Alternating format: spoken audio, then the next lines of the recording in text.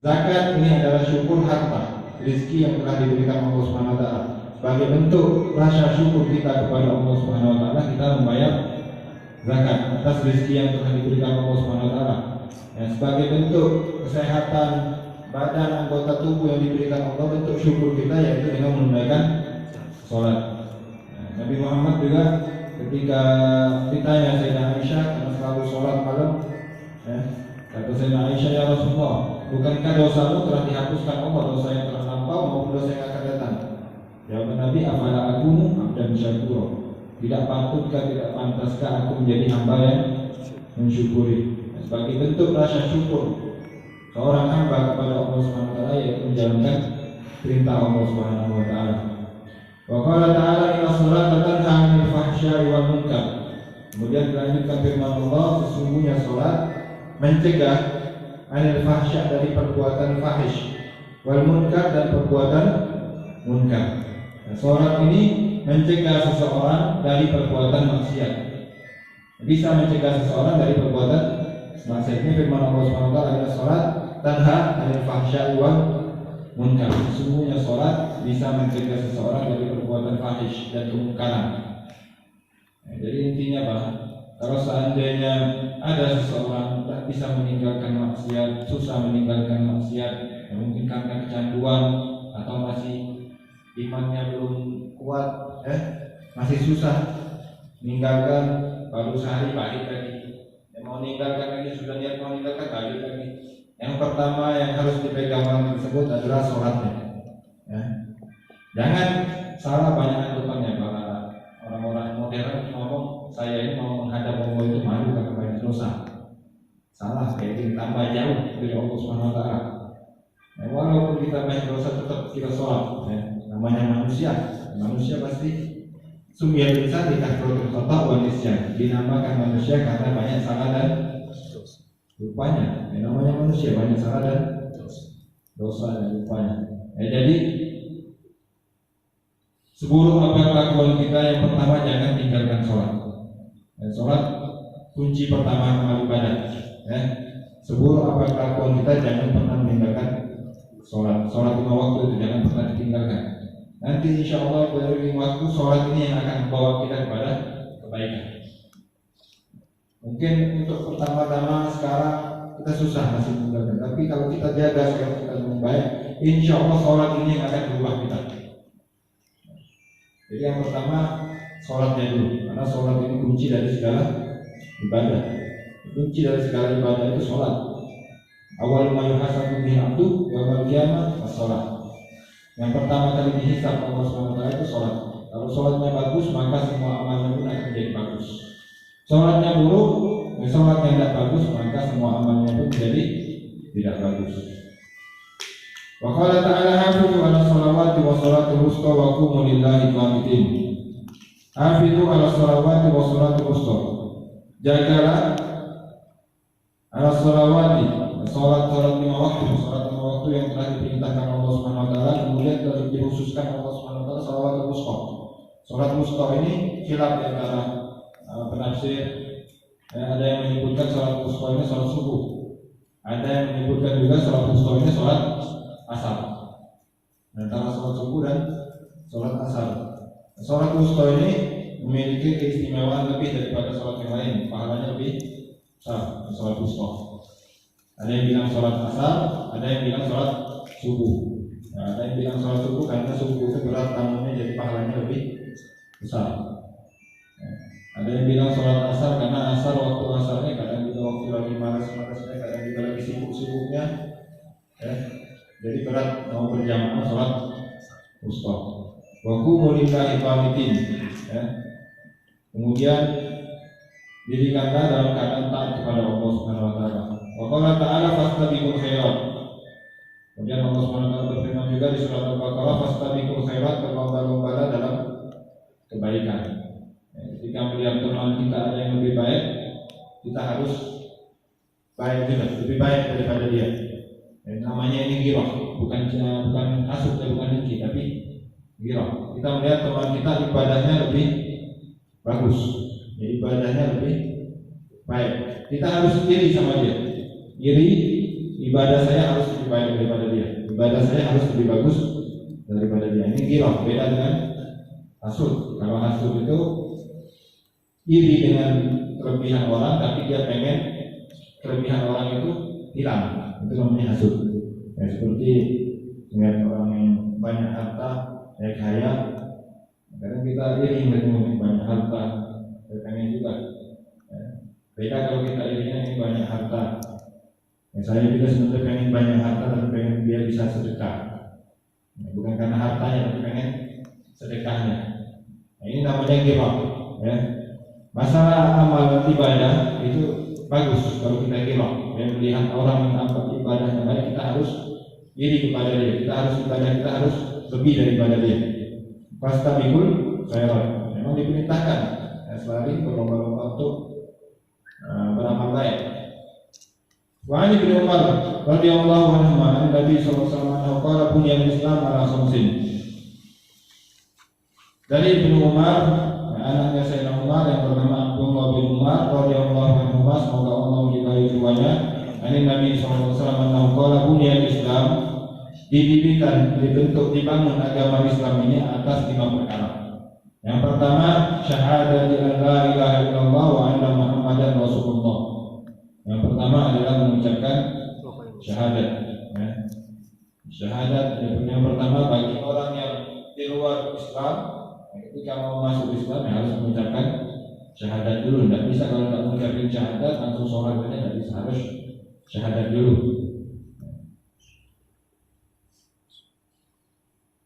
Syahadat an la ilaha illallah. Makna syahadat ini apa? Makna syahadat, aku bersaksi tiada Tuhan selain Allah Subhanahu wa taala. Dalam artian maknanya Allah ma'budu fil wujudi illallah, tidak ada yang patut disembah di muka bumi ini kecuali Allah Subhanahu wa taala. Wa anna Muhammadan Rasulullah, dan Nabi Muhammad adalah utusan Allah Subhanahu wa taala.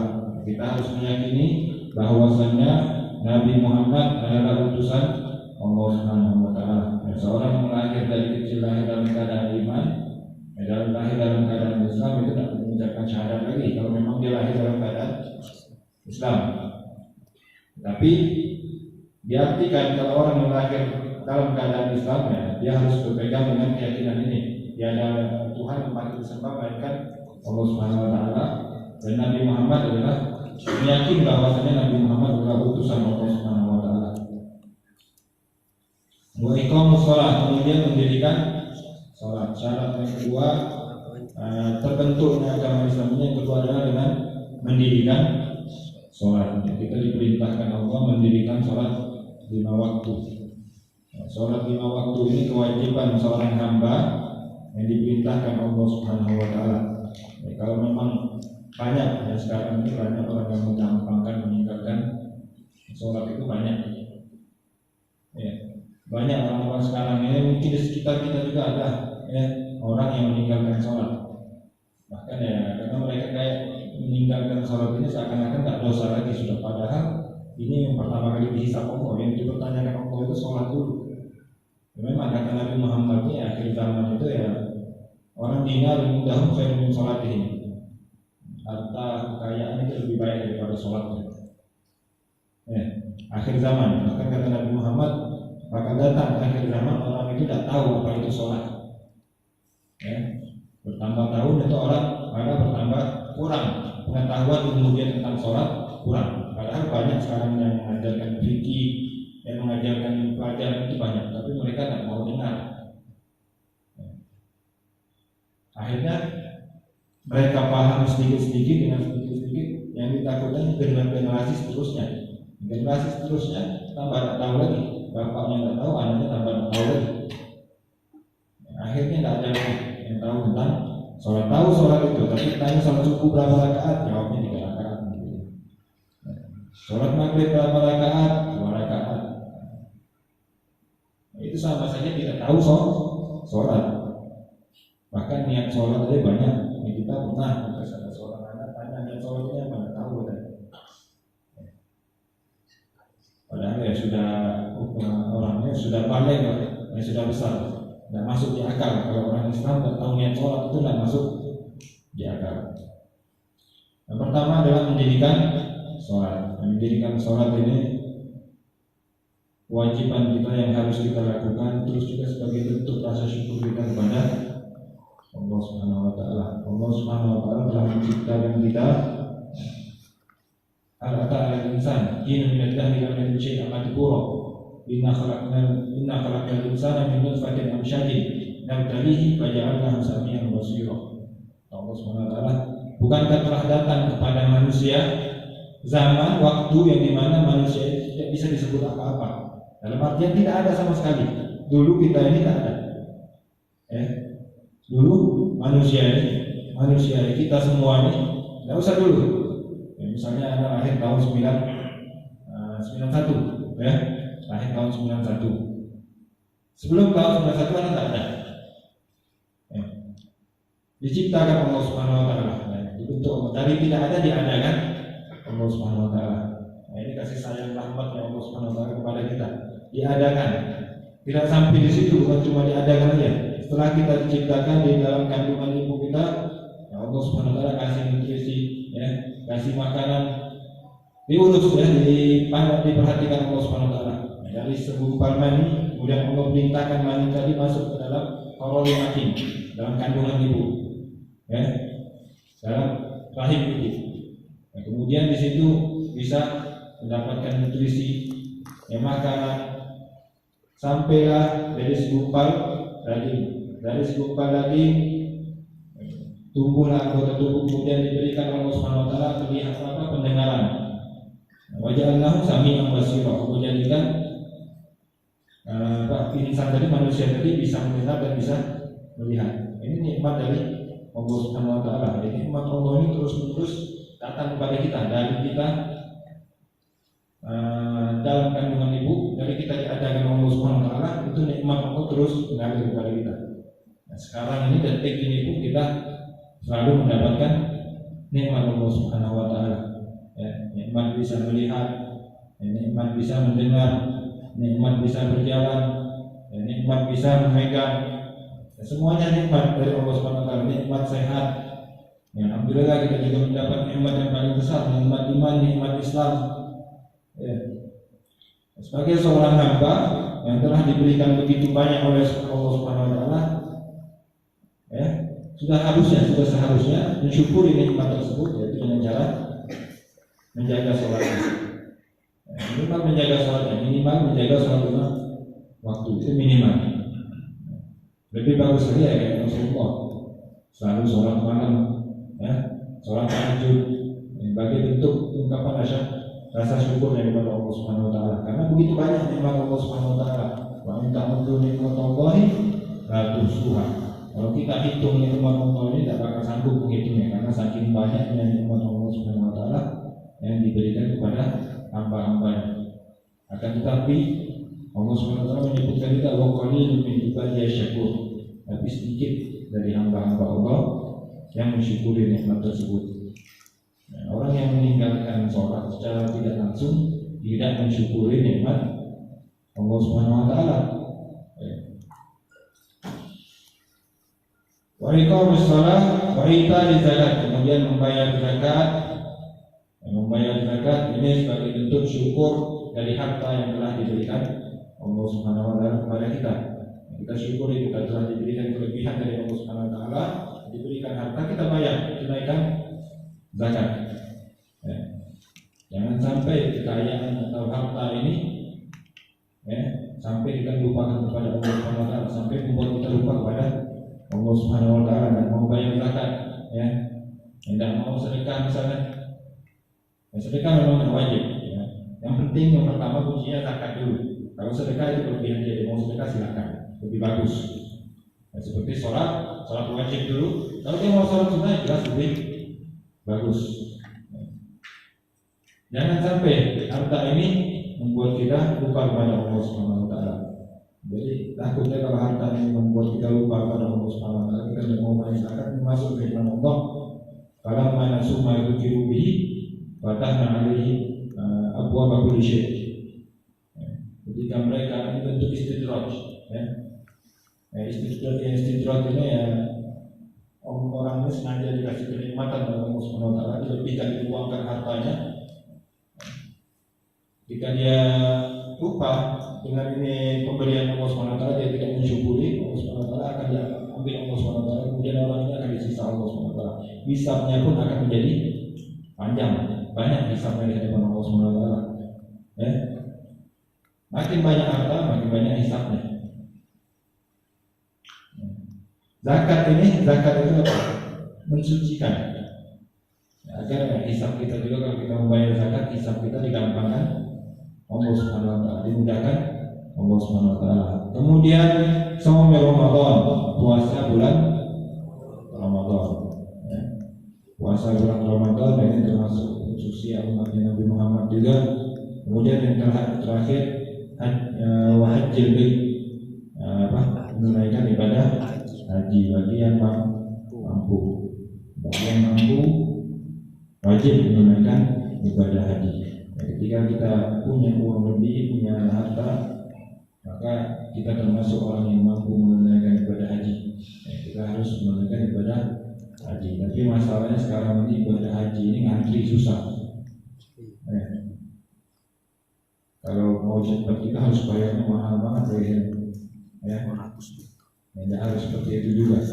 Selagi kita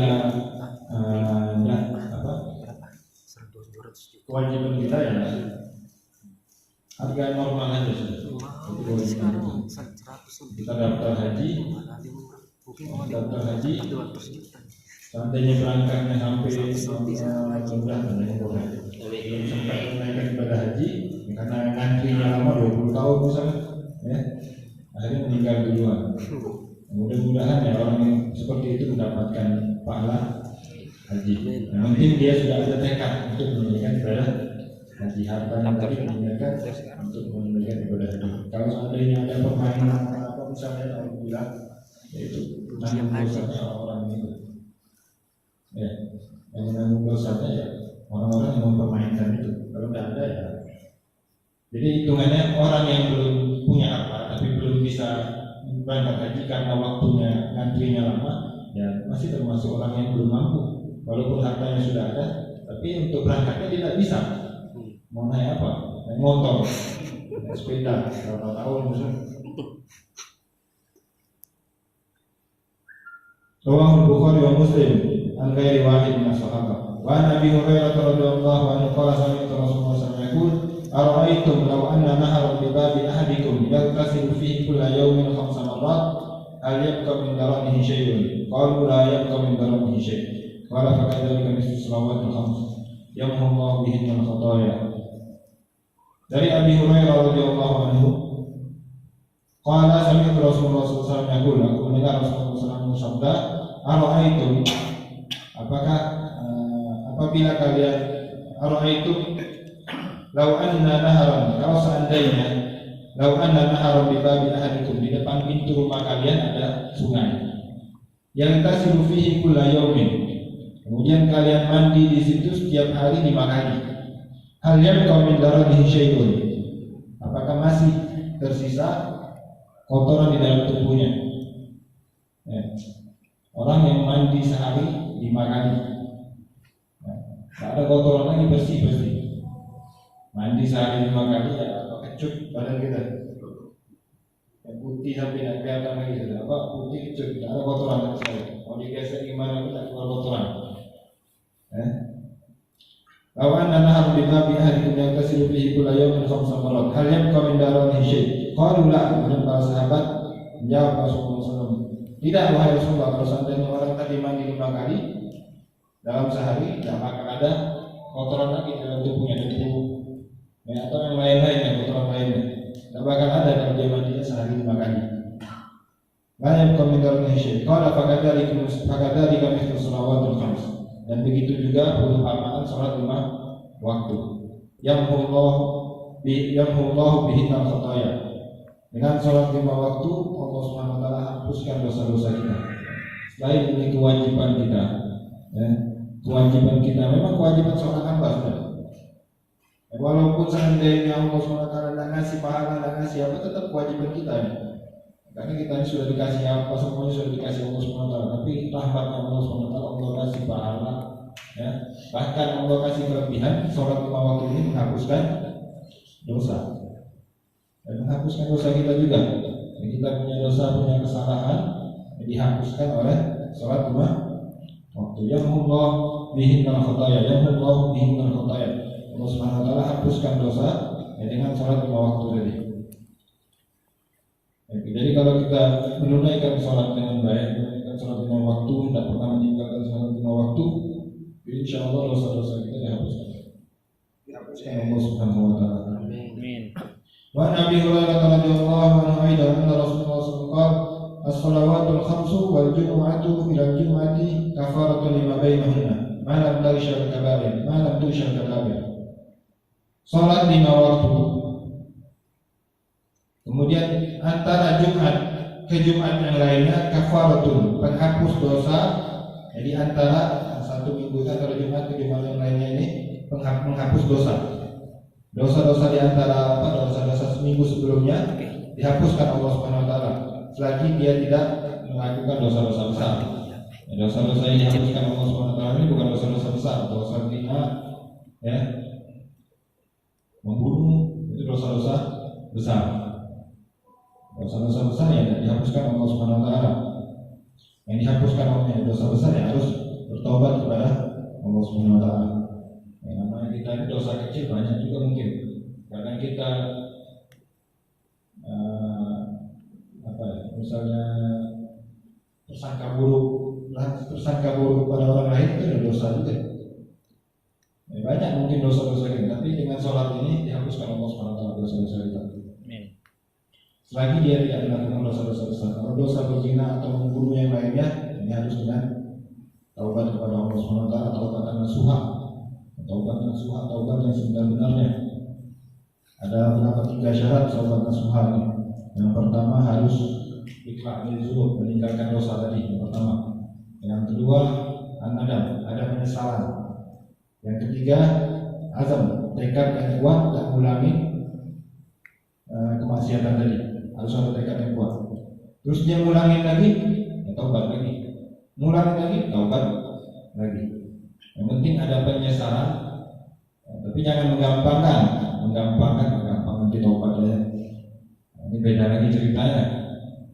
Ini memang dia pengen niat, tapi karena dirinya masih sering khilaf, ya, ngulangin lagi, taubat lagi seperti itu. Dan dibantu juga soal lima waktunya, jangan tinggal.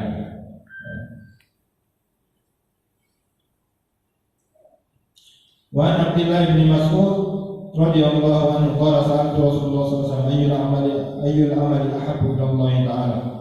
Abdullah bin Mas'ud bertanya kepada Allah Subhanahu wa taala.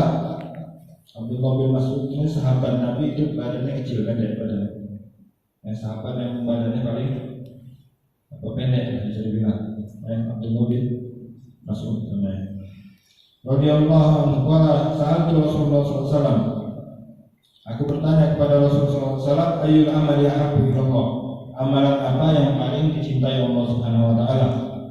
Sahabat ini selalu bertanya kepada Nabi Muhammad SAW karena irisnya, tekadnya, kemauan kuat tentang pemahaman ilmu agama, karena pengen kemauan yang kuat untuk mendapatkan ridha Allah Subhanahu wa taala. Mereka selalu bertanya kepada Nabi Muhammad, amalan apa yang paling dicintai Allah Subhanahu wa taala? Yang pertama, sholat di depan, sholat ala waktunya, sholat dalam waktunya. Ketika masuk waktu sholat, dia mengakhiri waktu sholat, tidak mengulur-ulur waktu sholat. Itu amalan yang paling dicintai Allah Subhanahu wa taala, orang yang sholat tepat waktu. Orang yang sholat tepat waktu itu adalah amalan yang paling dicintai Allah Subhanahu wa taala. Tidak mengakhiri waktu sholat. Waktu sholat ini ada waktu sholat zuhur, waktu sholat maghrib, sholat. Dalam waktu sholat satu sholat itu ada 5. Ada waktu fadilah. Waktu fadilah ini awal waktu ridwanullah. Jadi situ dapat keridhaan Allah Subhanahu wa taala. Karena Allah Subhanahu wa taala senang. Awal waktu, ya, itu waktu fadilah, waktu yang paling bagus sholat. Ketika ada masuk waktu sholat, kita siap-siap dulu, ya. Kemudian siap-siap yang normal saja, langsung menunaikan sholat. Itu waktu yang paling bagus, waktu yang paling dicintai Allah, dan di situ kita akan mendapatkan insyaallah keridhaan Allah Subhanahu wa taala. Kemudian ada juga waktu jawaz, ya, ada juga waktu karaha. Ada juga waktu ikhtiar.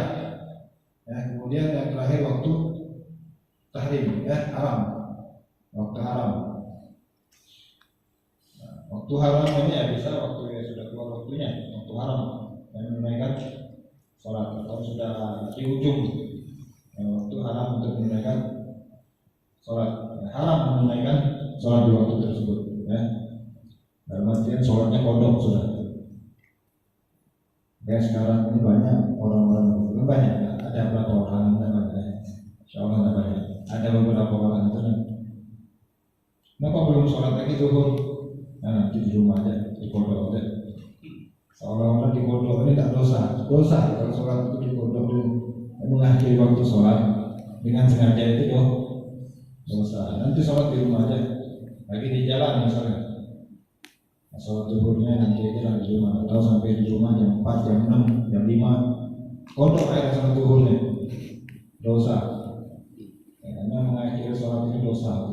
Nah uzur kita akhiri ya, dalam sholat zuhur itu tidak ada uzur untuk mengakhiri waktu sholat kecuali bisa bagi orang yang lupa memang betul-betul lupa ya, lupa dia dikira dia masih jam 6 pagi, ataunya udah jam dikira dia masih jam 5, dan tahunya sudah jam 10 pagi. Ya, misalnya seperti itu, lupa. Dikira dia masih jam 10, dan tahunya sudah jam 4. Ya, waktu zuhurnya lewat. Memang dia betul-betul lupa. Ya, lupa ini, orang yang lupa ini diangkat Allah Subhanahu wa taala. Rufi al-kalam, Rufi al-kalam dan salah. Jangan naim atau yastajib. Orang yang tidur sampai dia bangun, orang yang lupa sampai dia ingat, ya. Anis sopi atau ya dulu. Kemudian yang terakhir dari anak kecil sampai dia balai. Ini orang yang lupa sholat, dosanya tidak catat. Berbeda kalau dia sengaja meninggalkan sholat, mengakhiri waktu sholat nanti digodoknya. Ini dosa. Ya. Dan kodok sholat ini harus pokok langsung. Jadi kapan waktu kodok paling bagus ya langsung. Ketika kita ingat, kita meninggalkan sholat langsung kita kodok. Kalau kita tidak kodok langsung, nanti dosa kita ngalir terus. Ya. Setelah dosa kita meninggalkan sholat itu ngalir terus. Kalau meninggalkan sholatnya tidak ada uzurnya. Ya, ada orang yang meninggalkan sholat, sholat subuh dia tinggalkan, siangan subuh. Tanya kenapa nak kodok? Nanti kodoknya waktu subuh lagi. Kodoknya waktu subuh lagi. Ini selama sehari itu dosanya ngalir. Jadi kodok sholat itu tidak ada waktu, bukan harus waktu subuh ke subuh lagi. Tidak seperti itu. Ya, kodok sholat siang. Kita ingat sholat tadi, ingat sholat subuh jam 9. Kodok langsung jam 9. Namanya juga sholat kodok, ya, bukan pada waktunya. Ya, kalau sholat pada waktunya itu sholat namanya. Sholat zuhur ingatnya maghrib ya kodok langsung. Jadi kalau tanya kapan waktu kodok paling bagus, ya ketika kita ingat langsung tidak kodok itu paling bagus. Karena kalau kita tidak kodok, tidak langsung kodok ya dosa kita ngalir terus. Karena uzur sholat ini ada yang pertama tadi lupa.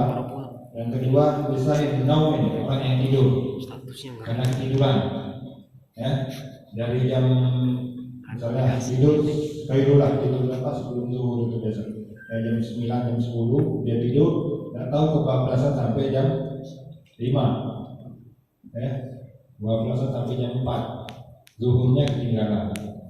Nah ini uzur, ya, tidur itu uzur, nggak apa-apa, bukan nggak apa-apa, tetap sholatnya harus dikodok. Yang sholatnya harus dikodok, tetap dia harus melaksanakan sholatnya. Tidak ada sejarah sholat itu dan ditunaikan. Atau sholat walaupun ditinggalkan tetap harus kita kodok. Bahkan orang yang tidak mengkodok sholat itu nanti dia meninggalkan sholat tapi tidak dikodok. Itu ada hadis Nabi menyebutkan nanti nama dia sudah tercatat di pintu neraka itu sudah membooking tempat di situ. Ya, Fulan bin Fulan sudah ada. Satu sholat dia tinggalkan kemudian tidak dikodok sama dia, itu namanya sudah tertulis di pintu neraka.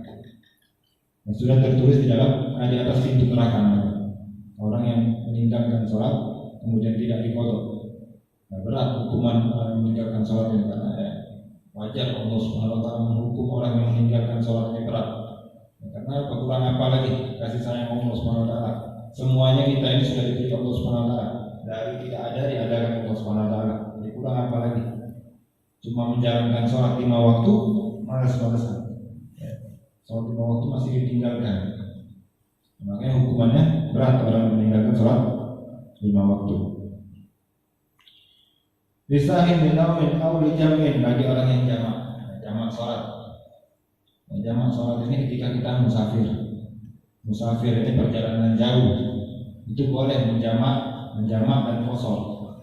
Selagi perjalanannya ini sejarak 83 km, jauhnya 83 km, itu boleh jamak dan qashar. Jamak ini menjamak dan sholat zuhur dengan sholat asar, sholat maghrib dengan sholat isya. Sholat subuh tidak ada, sholat subuh tidak ada. Ada satu aliran yang sesat, ada Syiah, mereka menjamak sholat itu sekali aja 5 waktu. Ada satu aliran kita pernah ada di mall dulu waktu di Jakarta, kalau salah ya. Sholat itu dia sholat zuhur, sholat maghrib, sholat asar, sholat isya, satu kali waktu ya. Ini ajaran dari mana nih? Kalau kita maghrib dengan isya, zuhur dengan asar, ini di jamak. Jamak juga ada 2, ada jamak takdim, ada jamak takhir. Jadi kalau kita pengen jamak takdim, ya kita majukan sholat asar kepada waktu zuhur. Kalau pengen jamak takhir, ketika masuk waktu zuhur kita niatkan, ya. Ketika masuk waktu sholat kita niatkan, saya pengen jamak takhir sholat asar, sholat zuhur di waktu asar. Ketika masuk waktu sholat kita niatkan seperti itu. Niat itu nanti sholatnya pas waktu asar. Kemudian kalau perjalanannya sejauh 83 km atau 82, lebih hati-hati 83. Itu bisa dikosor juga 2 rakaat di sholatnya. Rakaat ini kosong dia. Usolli fardhu dhuhri rakaat ini kosong. Usolli fardhu dhuhri rakaat ini kosong. 2 rakaat sholat zuhurnya. Sholat yang 4 rakaat aja yang bisa dikosor. Kalau maghrib tidak bisa. Maghrib dikosor jadi 1,5, gimana sholatnya?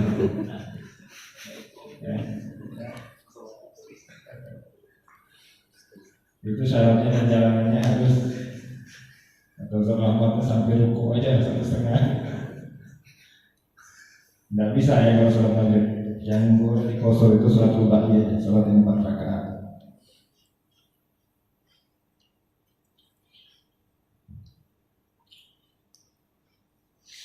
Bagi orang yang jamak itu bisa mengakhirkan waktu sholat zuhur pada waktu asar, tapi tidak bisa mengakhirkan waktu zuhur sampai ke maghrib. Tidak bisa, bukan jamak lagi namanya. Zuhur itu boleh jamak sama asar saja. Tidak boleh zuhur, asar atau jamak sama maghrib, tidak bisa. Atau yang terakhir adalah orang yang dipaksa atau diancam kalau seandainya kau menunaikan sholat aku bunuh. Dirampok ya, misalnya ditawan orang, atau ditodong tembakan, berani sholat tembak ya. Memang kalau membahayakan jiwanya ya tidak apa-apa, dia mengundur waktu sholat nanti. Kalau sudah sampai ditembak, dia sholat. Kalau masih hidup, setelahnya dia baru kodok sholatnya. Itu bukan kodok, tapi tidak dosanya tidak mengalir, tidak menyebabkan dosa. Jadi kodok sholat ini ada yang menyebabkan dosa, ya. Gara-gara kita mengkodok sholat itu dosa. Mengkodok sholat dosa karena mengakhirkan sholat di waktunya, itu dosa. Ada juga yang tidak ada dosanya, selagi dengan uzur tadi. Yang pertama karena lupa, yang kedua karena tiduran juga. Seperti sholat subuh misalnya. Kita tahu kalau kita jam 12 ini begadang sampai jam 12 atau jam 1 malam, subuhnya kesiangan, itu tidak bilang uzur. Kalau kita tahu kebiasaan kita, kalau saya tidur jam 1 pasti subuh saya kesiangan, itu tidak bisa dibilang uzur. Jadi kalau kita tahu waktu kita tidur jam 1 subuhnya kesiangan, jangan tidur jam 1. Ya, cepet-cepet deh tidur. Jadi yang memang yang jadi uzur ini ketika kita biasanya walaupun saya begadang sampai jam 3 subuh saya itu terbangun, tapi tidak tahu hari ini tidak bangun, itu baru uzur. Biasanya kebiasaan dia bangun, tapi sekali itu dia tidak bangun, baru uzur. Jadi kalau seandainya dia tahu tidur jam segitu dia bakal kesiangan, ada uzur dosa ya. Qultu summa qala birrul walidain. Kemudian sahabat Abdullah bin Mas'ud lagi bertanya kepada Nabi Muhammad SAW. Yang pertama salat lima waktu, amanah yang paling dicintai Allah. Yang kedua apa wahai Rasulullah? Birrul walidain, berbakti kepada dua orang tua. Berbakti kepada kedua orang tua. Berbakti kepada orang tua ini amalan yang paling dicintai Allah Subhanahu wa taala. Ya, Allah Subhanahu wa taala juga menyebutkan di dalam Al-Qur'an, "Anishkurli wa liwalidayka." Ya. Bersyukur kepada Allah Subhanahu wa taala, bersyukur kepada lu, kemudian kepada dua orang tuamu. Nah, bersyukurnya dengan cara apa? Mentaati mereka. Ya, mentaati mereka selagi sejalur dengan syariat, ya. Selagi tidak melanggar perintah Allah Subhanahu wa taala, kita taati orang tua. Walaupun orang tua kita bukan Islam, ya. Walaupun orang tua kita bukan Islam, tetap kita berbakti kepada kedua orang tua kita. Tidak harus, saya tidak berbakti sama orang tua saya karena dia bukan Islam, saya tidak mau. Nah, Nabi Muhammad tidak mengajarkan seperti itu. Ya, walaupun orang tua kita misalnya, orang tua kita, walaupun orang tua seseorang bukan siapa, bukan Islam, tetap kita harus berbakti kepada mereka. Tetap harus berbakti kepada mereka. Selagi mereka tidak menyuruh memerintahkan kita melanggar perintah Allah SWT. Ada sahabat Nabi yang namanya Sa'ad bin Abi Waqqas. Sa'ad bin Abi Waqqas ini sebelum dia masuk Islam dia memang berbakti kepada ibunya. Jadi sangat berbakti kepada ibunya. Ketika dia masuk Islam, ibunya ini tidak terima. Ibu Sa'ad ini tidak terima. Katanya kalau seandainya kau pindah dari agama Islam ini tidak balik ke agama yang lama lagi, ibu tidak mau makan lagi. Tidak makan akhirnya ibunya. Sehari tidak makan, 2 hari tidak makan. Ini ibunya nyuruh anaknya agar kembali ke agama pertama, agama dia yang menyembah berhala. Dia tidak mau. Dalam artian ibunya nyuruh dia untuk menentang melanggar perintah Allah SWT. Akhirnya saat Nabi Waqqas ini ngomong kepada ibunya, kalau seandainya ibu ini punya 99 nyawa dicabut satu-satu karena tidak makan, aku tidak peduli, aku tidak akan meninggalkan agama ini.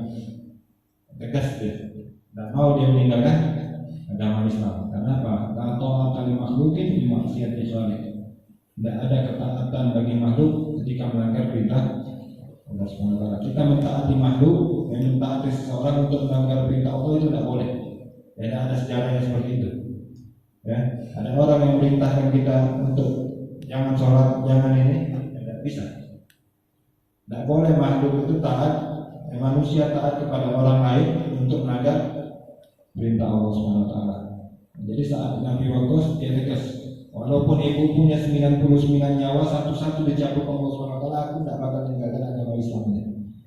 Aku akan tetap dengan pendirian aku, tetap dengan imannya aku saat Nabi Waqqas. Nah ini dia tetap berbakti kepada orang tuanya, bukan berarti dia seperti ini dalam masalah agama ini dia tidak berbakti, tetap dia berbakti kepada orang tuanya. Tapi ketika menyangkut perintah Allah SWT dia tidak mau. Tidak apa-apa ibunya meninggal berkali-kali, tidak peduli. Dia tetap agama, tetap dengan imannya, tetap dengan keyakinannya. Kemudian yang kedua tadi apa yang dicintai Allah birrul walidain, berbakti kepada dua orang tua. Berbakti kepada orang tua yang menjalankan ketika mereka memerintahkan kita jangan membantah. Di Al-Quran juga disebutkan wala taqul lahuma uffin. Jangan sekali-sekali kalian memandang kedua orang tua kalian memanggil, bukan memanggil. Wala taqul lahuma, sekali menjawab uffin. Kalau bahasa kita. Misalnya, nak beliin air minum, beliin pulsa, nggak tahu ibu ini nyuruh terus. Nah itu sudah masuk mengatakan lahumma ufin dan mengatakan itu tidak boleh dilarang Allah Subhanahu Wa Taala. Dan apalagi membentak orang tua. Nauzubillah sampai membunuh orang tua sendiri. Ya. Ada kan? Ada kita seorang anak membunuh ibunya. Nauzubillah seperti itu. Ya, bahkan kalau orang ini sejahat-jahatnya anak, ya, sejahat-jahatnya anak, sedurhakanya anak, itu pasti tetap mendapatkan warisan. Ya, sedurhakanya anak itu mendapatkan warisan dari orang tuanya. Tapi kalau sudah membunuh itu dapat warisan. Ya, kalau membunuhnya ini tidak dapat warisan. Jadi sedurhakanya anak itu selagi dia tidak membunuh dia tetap dapat warisan. Pengen cepat-cepat dapat warisan dibunuh, harus bilang. Tidak bakal dapat warisan. Naudzubillah ya, membunuh dosa besar, durhaka. Sekaligus orang tuanya durhaka ini dosa yang paling dibenci Allah. Ya. Karena ini amalan yang paling dicintai Allah itu birrul walidain. Otomatis kebalikannya Allah tambah dan suka lagi orang ini durhaka kepada kedua orang tua, dan bahkan kita memandang orang tua kita dengan nadharur rahmah. Nah, sekali pandangan dan memandang orang tua kita dengan nadharur rahmah, pandangan dan kasih sayang itu Allah beri kita pahala seperti haji mabrur. Dan memandang kita punya orang tua, ayah ibu kita pandang mereka dengan kasih sayang. Bukan kita memberikan mereka mobil atau memberikan baju, memberikan mereka. Cuma memandang, tapi dengan pandangan rahmat Allah kasih kita haji mabrur, pahala haji mabrur. Ini ada hadis Nabi Muhammad yang menyebutkan. Karena sahabatnya lagi, kalau seandainya berkali-kali terus berkali-kali mendapatkan pahala haji mabrur. Pahala haji mabrur pahala isalahu jaza nilai jannah. Haji mabrur itu tidak ada balasan kecuali surganya Allah Subhanahu Wa Taala. Sumai qala al-jihadu fi sabilillah. Yang ketiga Nabi Muhammad, ya. Kemudian apalagi wahai Rasulullah, kata Abdullah bin Mas'ud. Yang ketiga adalah jihad di jalan Allah Subhanahu Wa Taala. Jihad fi sabilillah. Ini amalan yang paling dicintai Allah juga. Yang ketiga, yang pertama tadi sholat pada waktunya, yang kedua berbakti kepada kedua orang tua, yang ketiga adalah jihad. Ya, jihad di jalan Allah Subhanahu Wa Taala. Kita menuntut ilmu juga termasuk daripada jihad di jalan Allah Subhanahu Wa Taala. Nah, harus bukan berarti jihad itu harus perang juga, banyak jihad di jalan Allah Subhanahu Wa Taala. Jihad juga perang juga kepada orang-orang non-Islam atau yang kafir, itu tidak boleh ya, sembarangan orang kafir mentang-mentang dia bukan Islam kafir kita bom ya, jihad ya. Kemarin itu baru-baru ini dia di Bandung ya,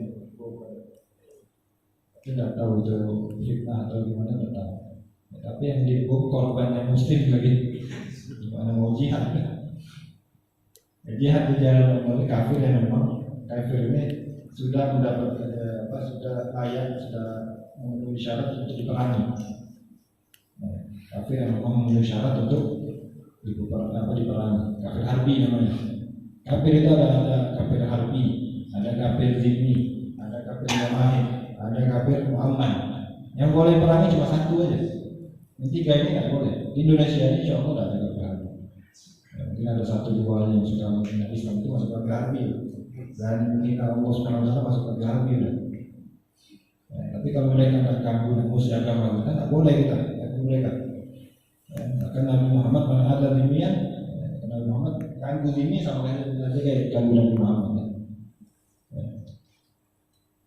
Dilindungi, saling toleransi, sudah toleransi ya saling dan mengganggu sesama lain, itu toleransi yang sebenarnya. Ya. Allah SWT sudah ajarkan kita juga di surat Qul ya ayyuhal kafir itu, Qul ya ayyuhal kafir la a'budu ma ta'budun, itu udah toleransi yang harga mati udah itu. La a'budu ma ta'budun, kami tidak menyembah apa yang kalian sembah. Itu toleransi. Ya, kami tidak menyembah apa yang kalian sembah. Itu sudah toleransi, bentuk toleransi. Kita tidak mengganggu mereka, ya, kita tidak memerangi mereka selagi mereka tidak mengganggu kita. Ya, kalau mereka sudah mengusir kita, ya, sudah menginjak atau menghina agama Allah SWT, itu sudah masuk kafir harbi, harus kita perangi. Ya. Jadi jangan bilang, oh Allah SWT dapat pertolongan. Ya. Jangan bilang agama Islam ini tidak perlu. Sudah apa, Allah SWT itu maha mampu. Kenapa kita harus menjadi penolong Allah SWT? Kenapa kita mau jihad di jalan Allah SWT? Ya. Ini bentuk bukan masalah Allah. Allah memang tidak perlu. Tenaga itu Allah tidak perlu. Tapi Allah pengen lihat gimana sih, ya, jiwa kita, rasa cemburu kita. Ketika agama Allah diinjak-injak orangnya, ya, ketika agama Islam dihina, nama Allah, nama ini gimana perasaan kita? Kalau kita tak ada income, tak ada apa-apa, mungkin diragukan imannya. Enak untuk bilang. Ya, kalau ada yang menghina agama Islam atau yang lainnya, baru kita bisa. Kalau bisa jalur yang lebih aman, ya sudah, yang aman aja sudah, tidak usah perangin aja. Ya, masukkan polisi atau bisa ditangkap aja. Tapi kalau masuk kafir hati, ya masuk kafir hati. Tapi insya Allah mudah-mudahan tak ada di Indonesia. Ya, mudah-mudahan tak ada. Selama ini ya alhamdulillah kita hidup damai, ya, aman, alhamdulillah, tidak saling ganggu. Mungkin ya ada yang bom panci itu semakin cuma segelintir orang yang mungkin karena mereka pelajar setengah-setengah, sedikit-sedikit jihad, semuanya diperangin aja. Ya, kalau semuanya diperangin habis orang di dunia. Nah, akhirnya bukan jihad, jahat, yang rusak nama jihad. Ya. Padahal jihad tidak seperti itu. Yang merusak nama jihad itu. Terkadang juga mungkin dari utusan dari mereka juga sengaja untuk merusak nama jihad. Seperti contoh khilafah. Khilafah ini dipandang orang jelek, khalifah. Karena ya banyak berita atau pengambaran diceritakan tentang khilafah ini kejam, seakan-akan selalu perang ini merebut kekuasaan.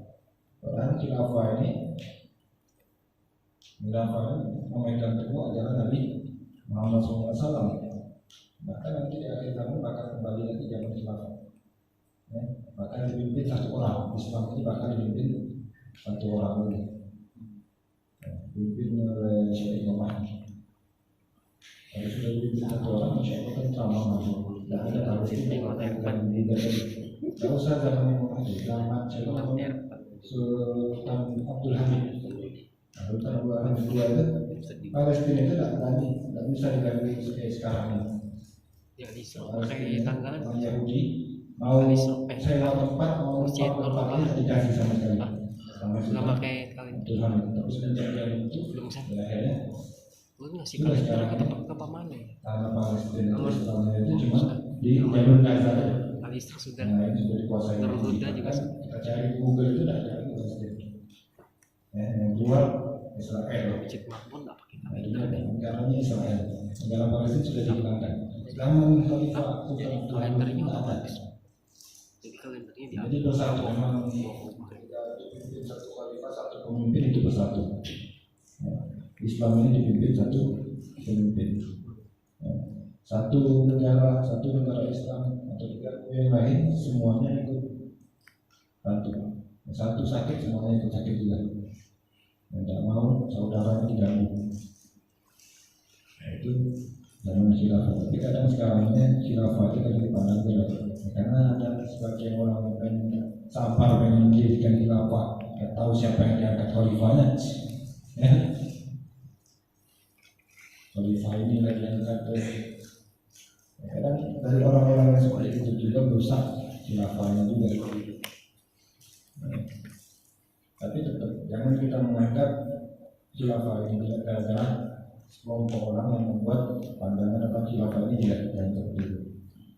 Khilafah ini khalifah yang pertama kali itu siapa? Sayyidina Abu Bakar, Siddiq, sahabat yang paling dekat dengan Nabi Muhammad sallallahu alaihi wasallam. Alas ya?